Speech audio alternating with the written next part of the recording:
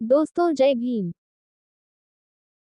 आज हम ऐसे बिंदु पर चर्चा कर रहे जो यदि हुआ तो भारतीय राजनीति का दिशा बदल देगा। तो आज वीडियो का मुख्य विषय है मायावती जी और चंद्रशेखर रावण के बीच समर्थन।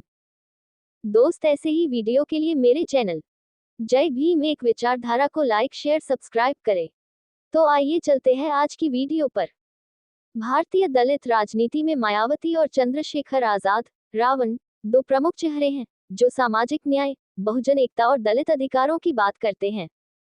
परंतु सवाल यह उठता है कि क्या इन दोनों नेताओं के बीच राजनीतिक समर्थन या गठबंधन संभव है। इस लेख में हम इस सवाल का राजनीतिक, वैचारिक और सामाजिक दृष्टिकोण से विश्लेषण करेंगे। पृष्ठभूमि और वैचारिक आधार। मायावती बहुजन समाज पार्टी बीएसपी की नेता। मायावती लंबे समय से दलित राजनीति की सबसे प्रभावशाली नेता रही हैं। उन्होंने कांशीराम के मार्गदर्शन में दलितों, पिछड़ों और मुसलमानों को एकजुट कर उत्तर प्रदेश की सत्ता में 4 बार मुख्यमंत्री पद प्राप्त किया। उनका मुख्य नारा रहा है बहुजन हिताय, बहुजन सुखाय। चंद्रशेखर आजाद आजाद समाज पार्टी एसपी के संस्थापक। चंद्रशेखर एक युवा और उभरते हुए दलित नेता हैं, जिन्होंने भीम आर्मी और बाद में आजाद समाज पार्टी की स्थापना की। उनका राजनीतिक और सामाजिक आंदोलन अधिक आक्रामक, सड़कों पर उतरने वाला और जनसंघर्ष आधारित है। वह मौजूदा ब्राह्मणवादी सत्ता ढांचे के खिलाफ स्पष्ट आवाज उठाते हैं। समानताएं और संभावनाएं। समान वैचारिक धरातल। दोनों नेता डॉक्टर अंबेडकर, कांशीराम और संविधान आधारित सामाजिक न्याय को मानते हैं। दोनों की प्राथमिकता दलित, आदिवासी, पिछड़ा वर्ग और अल्पसंख्यक हितों की सुरक्षा है। भाजपा और आरएसएस की विचारधारा के खिलाफ मुखर हैं।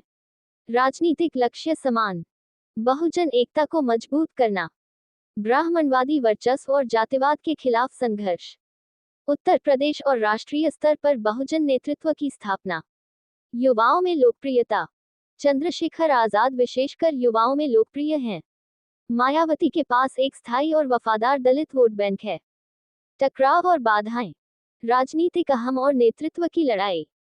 मायावती पारंपरिक नेतृत्व शैली की प्रतिनिधि है, जबकि चंद्रशेखर क्रांतिकारी, जमीनी नेता हैं।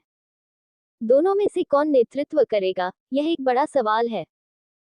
मायावती ने अब तक किसी नए या समानांतर दलित नेता को अपना उत्तराधिकारी नहीं माना है। पूर्व विवाद और असहयोग। मायावती ने कई बार सार्वजनिक रूप से चंद्रशेखर को बीजेपी की बी टीम कहकर खारिज किया है। 2019, 2022 और 2024 के चुनावों में चंद्रशेखर ने अकेले दम पर चुनाव लड़कर बीएसपी के वोट काटे, जिससे संबंध और बिगड़े। कार्यशैली में फर्क। मायावती संस्थागत राजनीति में विश्वास करती है, जबकि चंद्रशेखर आंदोलनकारी शैली में। बीएसपी चुनावी मशीन है, जबकि एसपी अब भी आंदोलनकारी संगठन के रूप में अधिक सक्रिय है। क्या समर्थन या गठबंधन संभव है? संभावना है, लेकिन शर्तों पर निर्भर।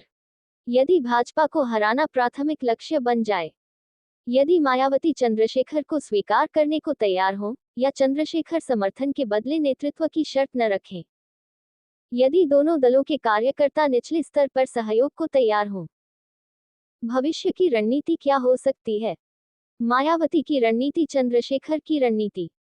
पुराना वोट बैंक संभालना, युवाओं और नए मतदाताओं को जोड़ना। चुनावी गठबंधन में सावधानी, आक्रामक, क्षेत्रीय विस्तार। सधी हुई सार्वजनिक भाषा तेज तर्रार और बेबाक भाषा। निष्कर्ष। मायावती और चंद्रशेखर आजाद दोनों बहुजन राजनीति के मजबूत स्तंभ हो सकते हैं, यदि उनके बीच समझदारी और राजनीतिक दूरदर्शिता हो।